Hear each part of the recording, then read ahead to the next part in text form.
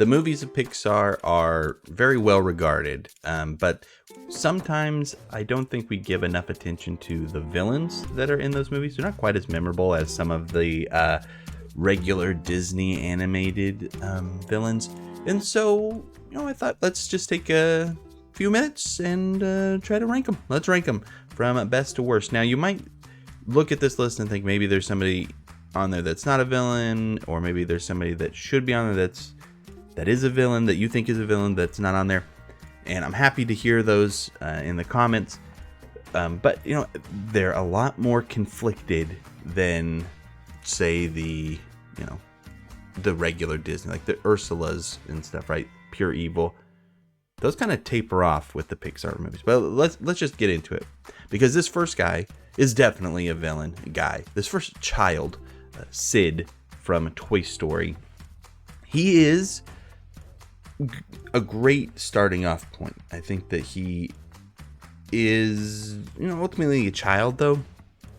So, I don't know what his environment is like. We don't learn much about Sid's home life or why he is the way that he is.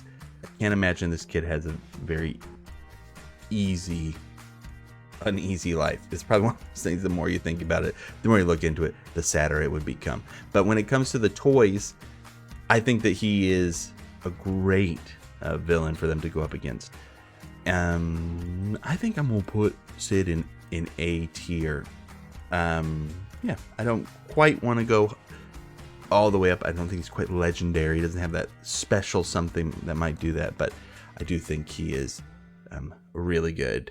Hopper is the next one, and as much as all of the performances by this actor are a bit tainted, I think it's easiest to kind of forget that he's involved with this one because it's animated. Hopper is a great villain. He's an S tier for me. I love that he understands the threat that the ants are to him and the other grasshoppers, and so he is just relentlessly evil to them. He threatens to stomp on a little girl's head, right, to kill her. That's pretty bad, right? That's pretty messed up. He gets a great villain death too, maybe the best villain death out of any Pixar villain, getting eaten by all the baby birds and everything. I love the way he moves too. The movement stuff of the grasshoppers in A Bug's Life is just a lot of fun to watch. It's a good movie if you haven't watched Bug's Life in a while. I know, hot take, Bug's Life, a good movie. But if you haven't seen it in a while, I definitely recommend giving it a viewing. Stinky Pete, Kelsey Grammer, Frasier himself, is the villain in Toy Story 2. A twist villain too, a surprise, unlike the other two so far on the list. He shows up and you think, oh, he's a good guy, but surprise, he's not. He's a bad guy, and he's just, his motivations are very understandable. He is just selfishly driven in that he doesn't want to, end up back in storage and everything, and he doesn't think that it's right that he has to wait for Woody to show up for him to be able to get to where he wants to be, and so just trying to get what he wants out of Woody. And his little weird pickaxe is, I don't know why it's so sharp, right? He's able to rip the stitches out of Woody's arm with it, and I'm like, should that thing be plastic? I don't know why he's able to use it like a real pickaxe. I guess he's an older toy, so maybe back in the day of lawn darts and everything, they would actually package a Stinky Pete toy with a metal pickaxe. I like him.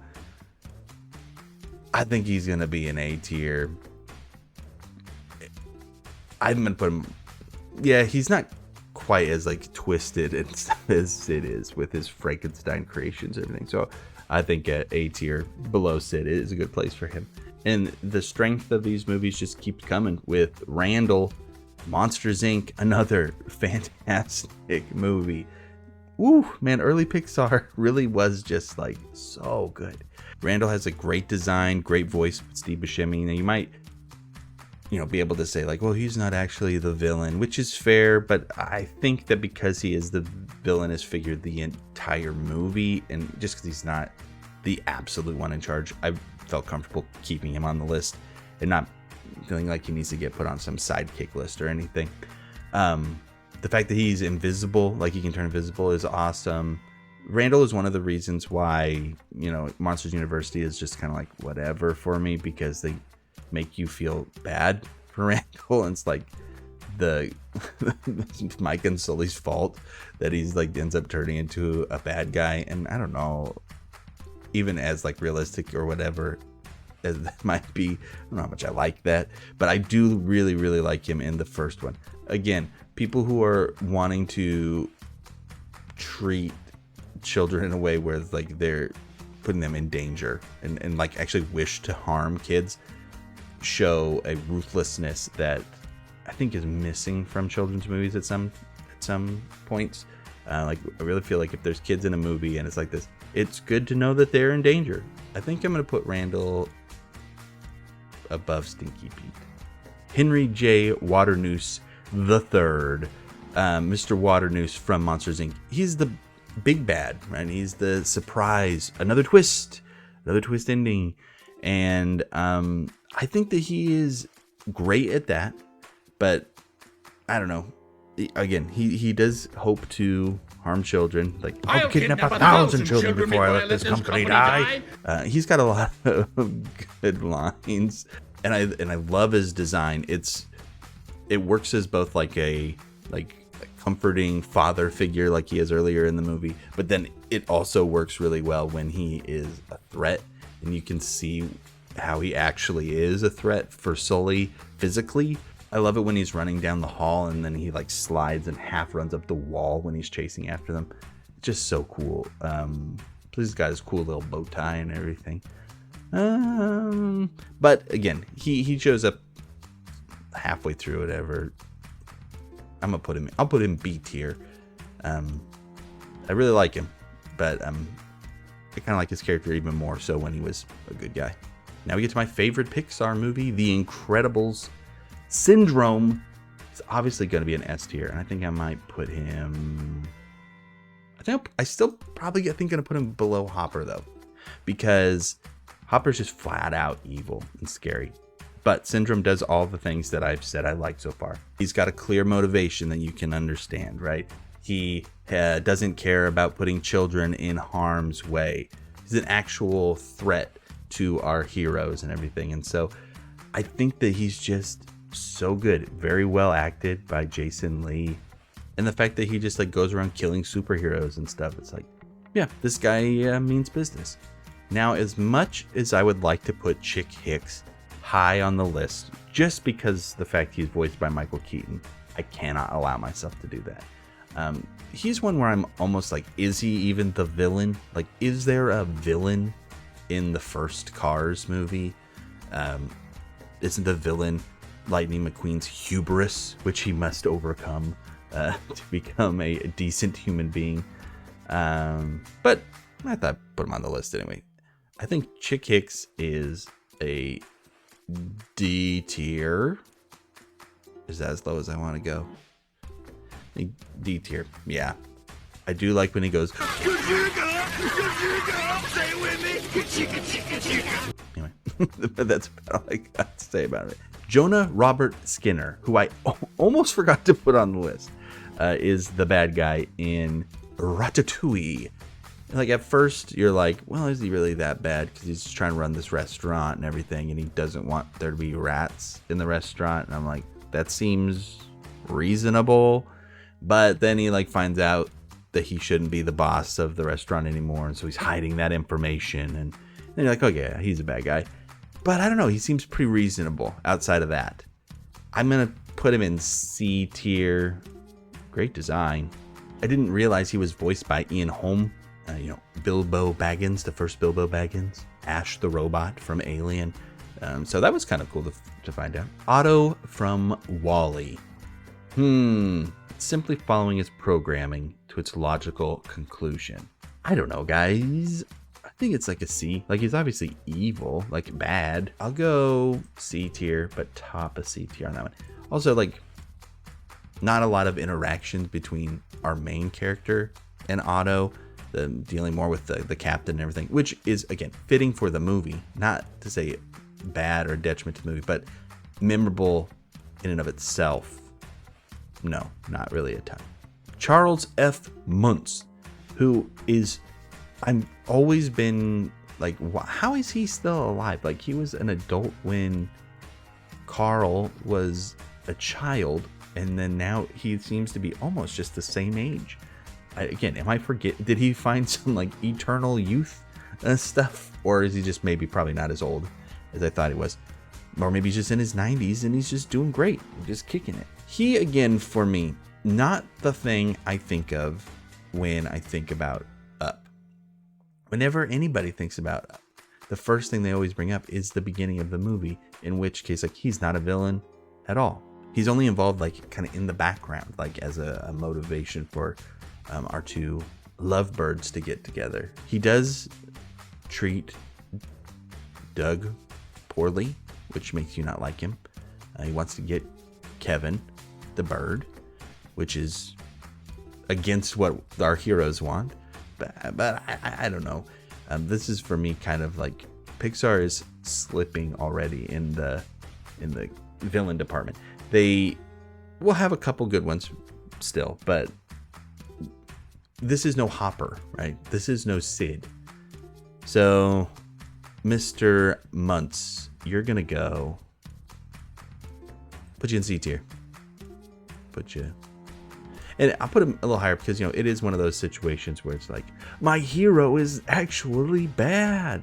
And those are always kind of fun to see. Lotso Huggin Bear is super bad.